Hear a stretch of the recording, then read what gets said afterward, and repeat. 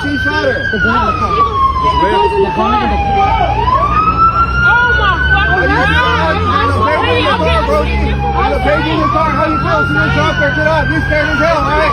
Scared as hell. You had it, buddy. Scared as hell. That is your self-defense. You were trying to self in the car, bro. You're throwing you in the car, bro. What are you talking about? You had her in a headlock. And then you shot her, Brody. I was there. Oh, I just said, man, bro, you don't worry about it. I'm not arrested. There's a fucking gun on the street. I'm licensed to carry. It doesn't matter, though. It doesn't matter, bitch. You shot somebody, nigga. What the fuck wrong with you? Calm down. Calm the fuck down. He out his mother. He out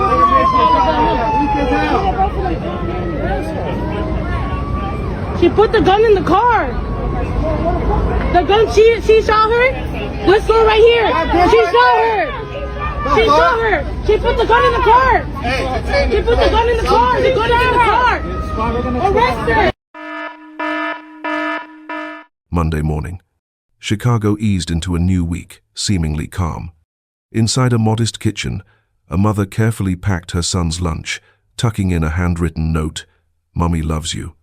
She slipped the lunchbox into his backpack, straightened his shirt, and walked him to school just like any other day.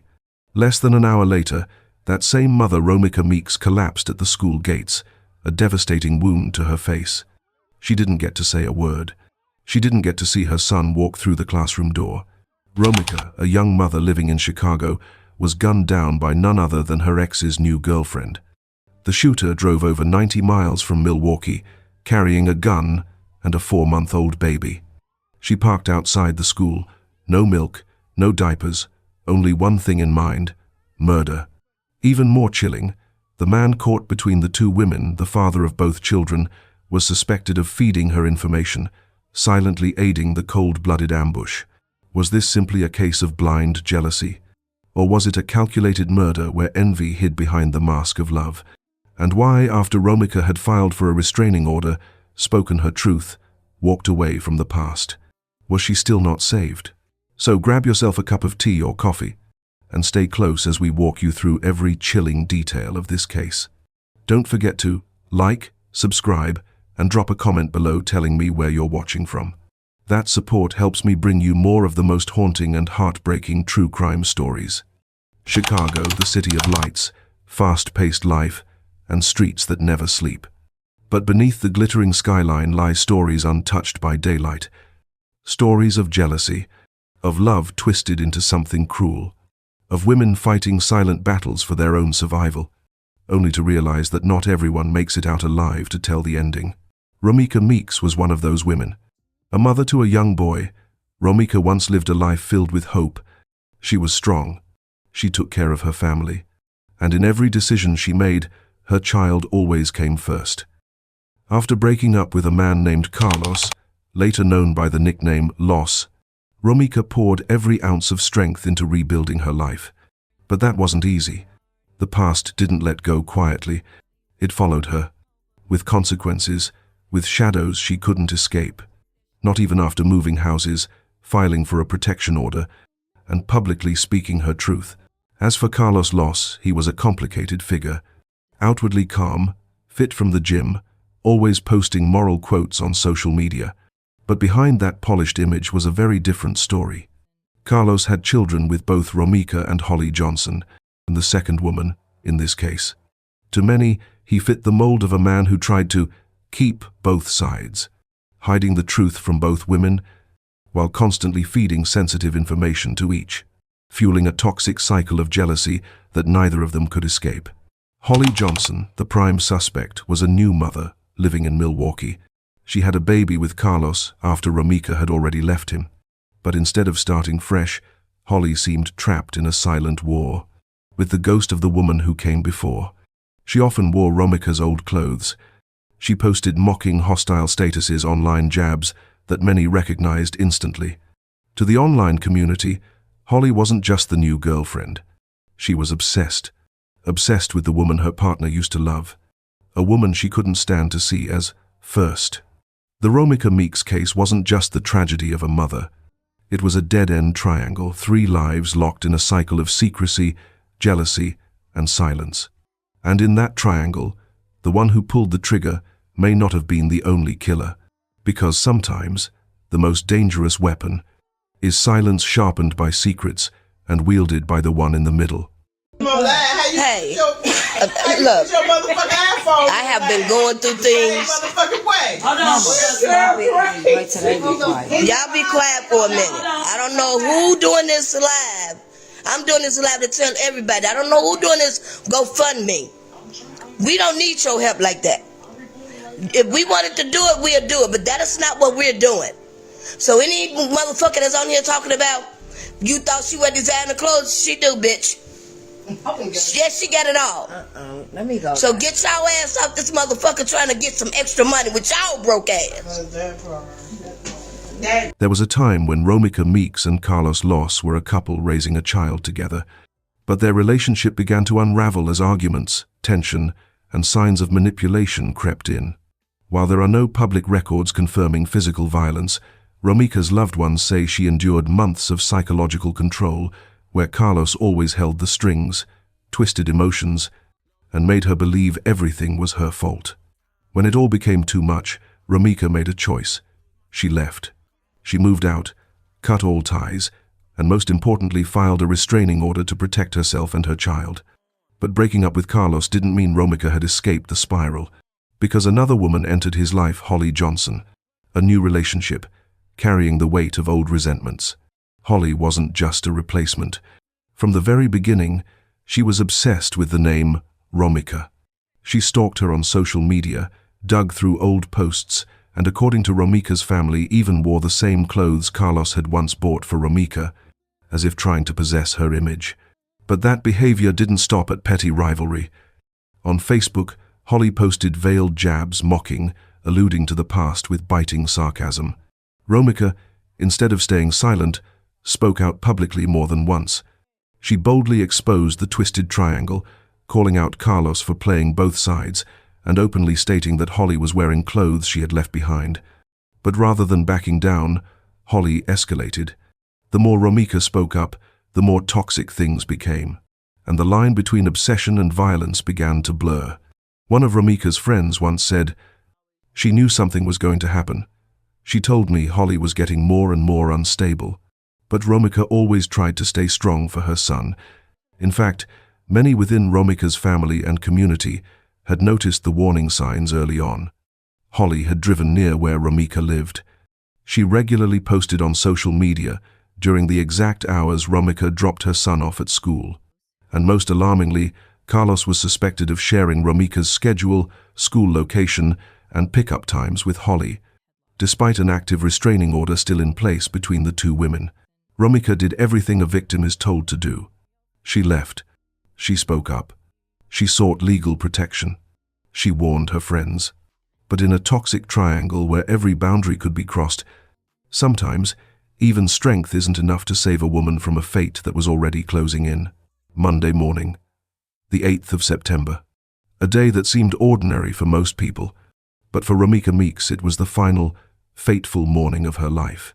At 7:50 a.m., Romika got up and began packing her son's lunch. She slipped in a small handwritten note. "You're the coolest, smartest, and funniest kid I know. Mommy loves you." That was how she chose to start the week, with love and hope.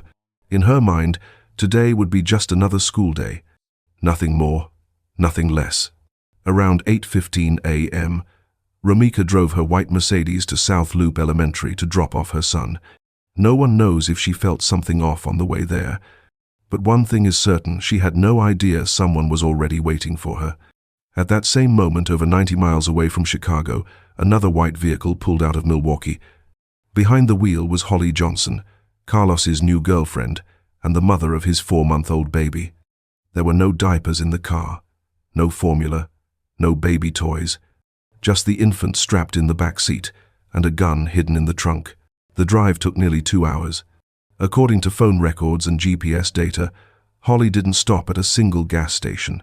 She drove straight to Chicago, directly to the school where Romika's son attended, arriving precisely during drop-off time. At 8:50 a.m., Security cameras outside the school captured Romika stepping out of her car, holding her son's hand. A man believed to be Carlos Los also appeared nearby. The footage had no audio, but eyewitnesses reported a brief argument between Romika and Carlos. Romika returned to the car to grab her son's backpack, while Carlos moved closer. Some witnesses claimed he held Romika's arm when he noticed Holly approaching. At 8:58 a.m., Holly pulled over on the opposite side of the street. She stepped out, took a few quick steps forward, then turned back to her car. Just seconds later, she returned this time, with a gun in her hand. She's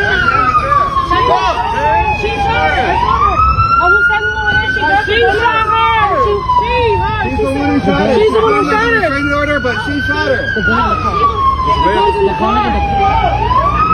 Oh my fucking God! I'm the baby in the car. How you close to this doctor? Get up. You scared as hell, right? Scared as hell. You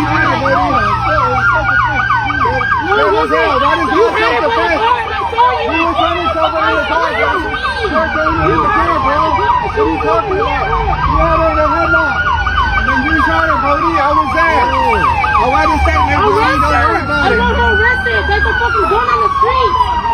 I'm licensed to carry. It doesn't matter. It doesn't matter, bitch. You shot somebody, nigga. What the fuck wrong with you? Calm down. Calm the fuck down. He out his mother. He out here.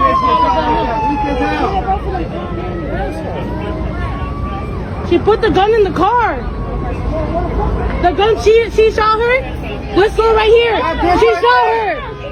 She shot her. She put the gun in the car. She put the gun in the car. The gun is in the car. Arrest her. Police arrived within minutes. Romika was pronounced dead at the scene.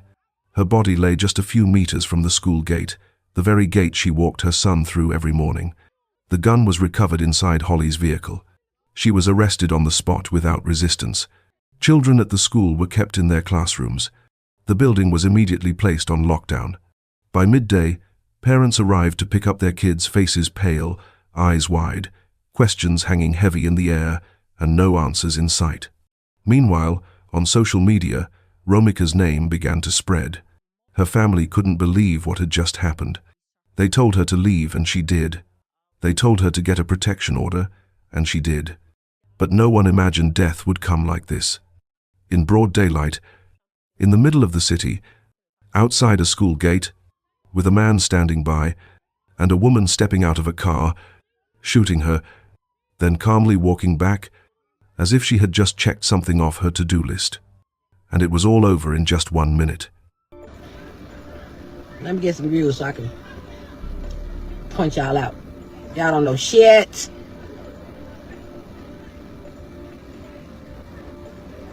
I'm taking my damn head down.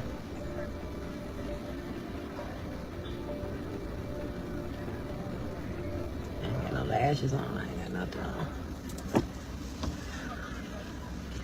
You know how people hate on you. That's what we say.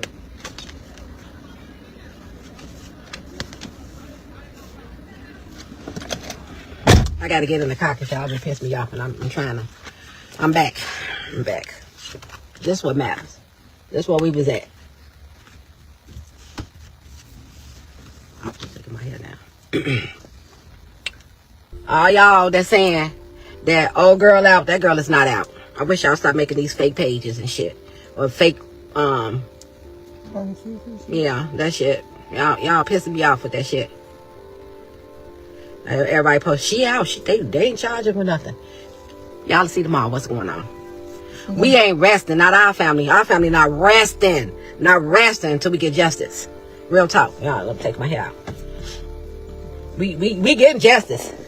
We getting justice, and her auntie and her family member. We about to go crazy. We about to go crazy. You watch and see. I wish y'all stop. Please. I'm just asking y'all, like, no, the girl is not out. I see everybody messages. I see everybody calls and texts. I appreciate y'all. I appreciate everybody that's offering stuff. But right now, we getting it together. You know, I had to take me a day or two to get me some air and cope with this stuff. But far as she out, she is not out. Y'all want some clout off my motherfucking niece. Fuck out of here. Y'all want clout for what? We trying to grieve over here. This is very devastating to us. This shit is real, G. It's like a storybook or no Right. fucking Lifetime. Right. This ain't no motherfucking story or no fucking Lifetime fucking movie. This shit real. This shit real. And it hit us kind of hard. You know? It hit us hard. Y'all, excuse me, my hair, I ain't got no last, I ain't got nothing on and I don't give a fuck. But I'm tired of you motherfuckers out here saying that she out, she ain't get charged. Y'all don't know shit. Damn. Y'all so nosy, y'all really want to know what the fuck going on. And you know what I'm saying? I ain't finna argue with not another soul on the books. I don't give a fuck. Right now I'm trying to bury my motherfucking niece. That's what the fuck I'm doing. Fuck the rest of y'all. The fuck? I'm clarifying that. Everybody got a whole bunch of stories. Y'all wasn't out there. Shit. Y'all don't know what happened. Like we done. Shit. We try. Everybody assuming. We know what the piece of business of what we seen on different types of video and stuff like that, but Whatever it is, she didn't have to kill her. That's what it is. whatever it is, like she said, she ain't had to kill her like that. G. She ain't had to kill her like that. She really didn't. When I saw my niece today, well, I saw them videos first. That shit fucked me up. But when I saw my niece today, and y'all know I ain't no crybaby, but that right there, that touched me so hard. Man, that touched me so hard, y'all. I'm trying to get myself together. You know what I'm saying? And the Facebook, we asked y'all to take that video down for my sister to see that at the middle of the night call. I got a call. I got up at 5 o'clock in the morning to run over there because she fucking hurt, you know. That was her best little black friend. But as far as y'all always saying, y'all want some clout so bad, y'all run with the shit like she out.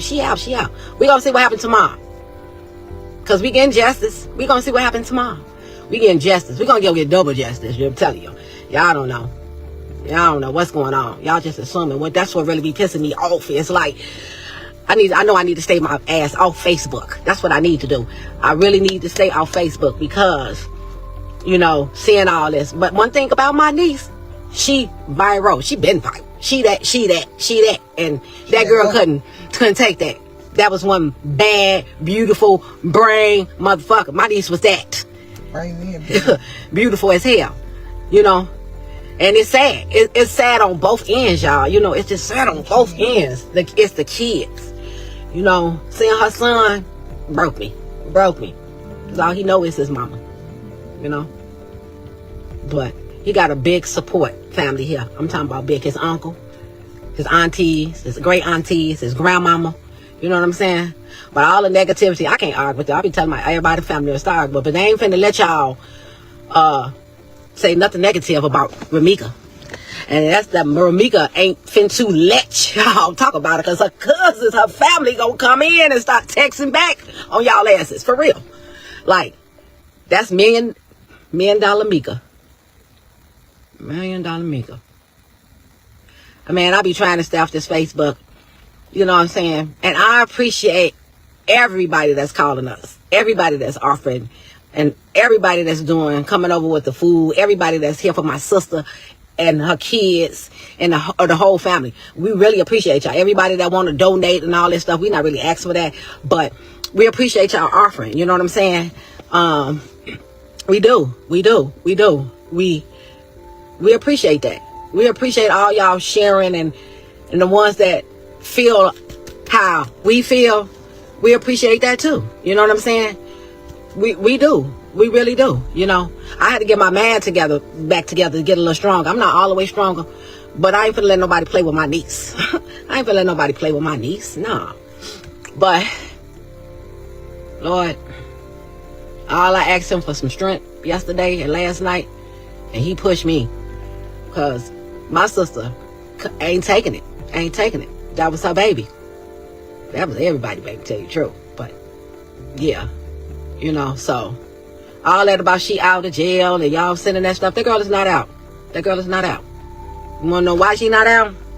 Because we going to make sure she ain't out. We going to make sure. That's what that say. We going to make sure we standing on business. straight business when it comes to Romika. You know, that was our black little Barbie. That was our dance machine. That was one of the love of our life. Shit, but great soul, smart, intelligent. Yes, but I'm just saying that it's a lot of stories out, and y'all be confusing people with a bunch of bullshit if y'all don't really know the truth. I know y'all want to know, and we gonna tell y'all. We gonna tell y'all everything when we get a chance, but we don't want to see all that fake ass shit, or somebody got negative. Yeah, she's still locked up. We don't want to see all that fake ass shit and that negativity stuff, because you know everybody grieve different. Like, we want to go on her page and we want to see, you know, the memories of her, and then we see y'all posting, and then she went, man, she went. If y'all knew her, y'all understand why she viral, for real. Yeah, I feel you too. But some things that I'm not gonna say until tomorrow. Tomorrow, I'ma tell the story. My niece damn didn't show need to been shot like that. Not like that. I feel like she overkilled my baby. I really feel like she overkilled her. And I thought, this nigga really lived for some shit like that to happen. We really thought that he loved her, and he probably did. And you know, I don't have nothing negative to say about him at this present time. You know what I'm saying? Because simple fact was, there's too many stories out. But what I'm looking at, I'm not looking at the video from Facebook. You know, I'm not looking at that one.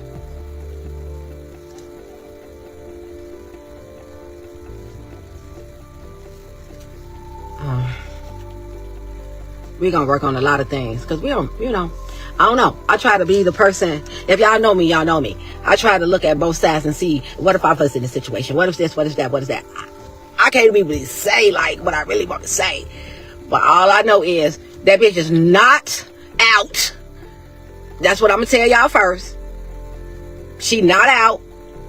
And then when I post on some little raggedy ass girl page and said she not out, she gonna call me out my name. Baby, at this present time, I'm with whatever when it come to her. But y'all can have that motherfucking Facebook ass shit. Y'all can have that shit. You know what I'm saying? But I'm gonna make it clear. She not out of jail. She ain't out. She ain't getting out. She ain't out, G. And she not fucking getting out. If it's the last thing we do. Y'all make it make sense.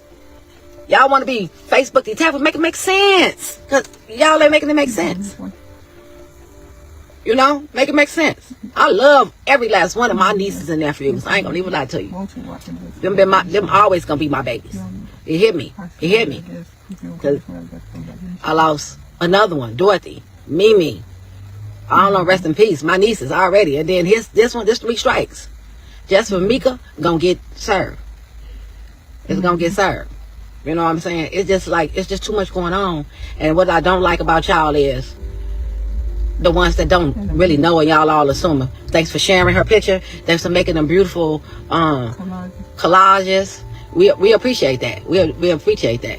I ain't gonna speak upon him right about now, you know, for today. You know what I'm saying? I appreciate all the prayers for our family, her mom. I really do. I really do. And the ones that know me know I'm hurt. I ain't gonna lie, I'm hurt.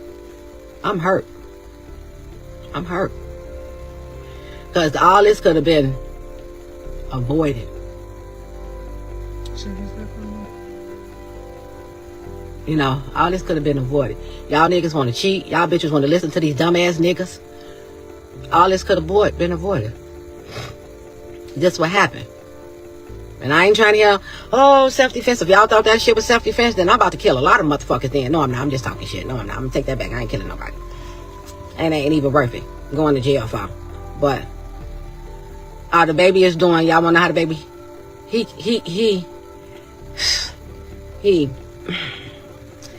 He got this bell that his mama gave him. That would make me cry too. And he holded that bell so tight. I don't know what was that, a donut or a dog or something? Yeah. It's a little dog? Yeah. It's a bell dog. He's 6. And he wondering, his first thing is asking where his mama at. Where his mama at?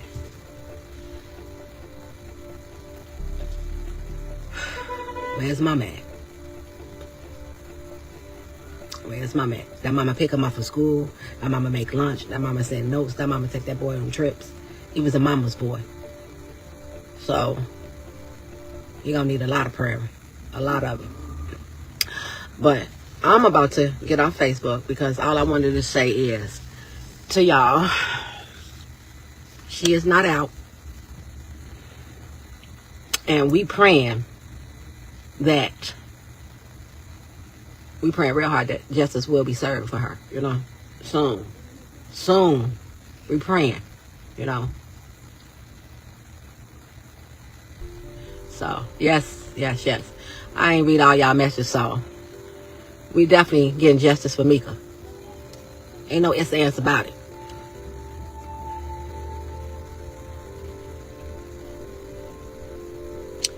I want to thank everybody again. I'm saying this for real. Because some of us, we ain't, you know, you reaching out to all the family and we see it. But right now, a lot of us grieving. Everybody grieve different. And we thank y'all. We really do. We thank y'all for the love y'all show for her. The love y'all showing for her. You know what I'm saying? Y'all showing the love for Mika. I ain't gonna even lie to you. Because when I pop on, it's Mika. $1 million Mika. A lot of y'all truly that knows her, dab it up. Thank y'all so much.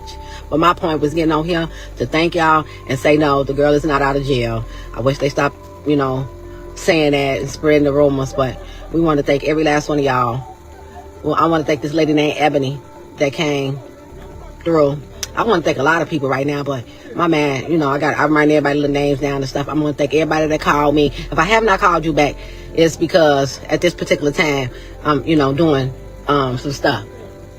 So, yeah. I want to say thank y'all again. Well, you take donations for her son. I'm going to talk to the grandmama, which is my sister, and see if she wanted to take donations for him. We appreciate all y'all help. Y'all know how Mika had her baby. Yeah, so I'm gonna talk to her about it. You know, right now she ain't functioning well with this. It's her baby girl, her daughter. She hurt. A lot of us hurt. She extremely hurt. You know what I'm saying? That was her best friend. Mika was one of a kind, and anybody that know Mika was one of a kind. A sweetheart. You know what I'm saying? But I smell that right up on the she was the party girl. She lit up the party. Your party boy, you better bring Mika over there. She gonna dance and she gonna dance for you. She gonna have you laughing.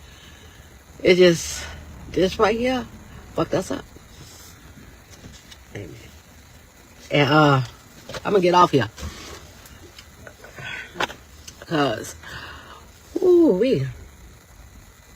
all we want is my fucking for some justice. And we gonna get it. We gonna definitely get it. We gonna definitely fucking get it. We gonna definitely get it. We gonna definitely fucking get it. Real talk. We gonna get it. No, we ain't think about no. I hear somebody say a GoFundMe page. We ain't doing no GoFundMe page. If anything, if she wants y'all to do anything, a donation or whatever, we'll let y'all know. At this present time, we start to make funeral arrangements. That's what we're working on now. Funeral arrangements. Today was going to see her body today. But my baby looked like she was fucking asleep.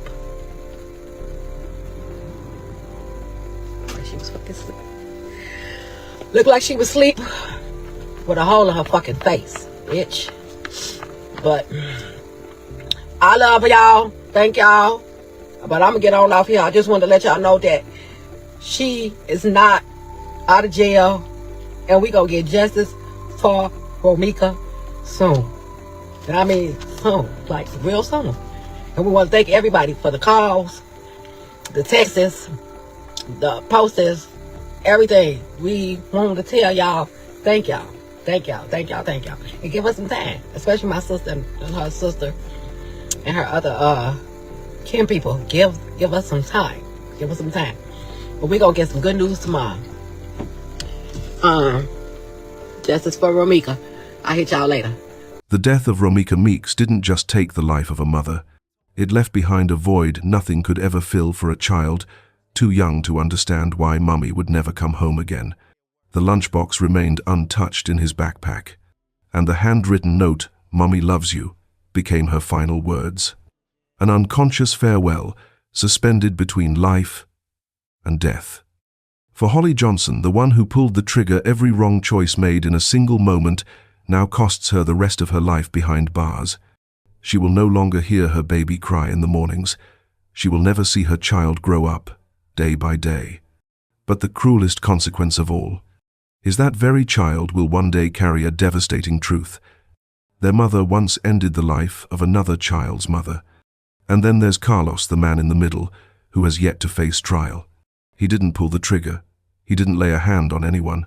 But the silence he kept, the details he shared, the indifference he showed, may have been just as deadly.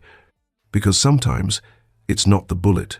It's the man who loaded the tension, handed over the location, and walked away. Two women once called the mother of his child. Now, one is dead, the other in prison, and he still free. The case of Romika Meeks stands as a chilling wake-up call. When a woman says she feels unsafe, believe her. When she chooses to walk away, protect her. And when she's gone, don't just mourn her. Ask why. Why didn't the system act? Why was the warning ignored? Why do we always wait until it's too late? Because behind every tragic loss is a pattern we've seen before. And if we don't question it, we're just waiting for the next name to trend.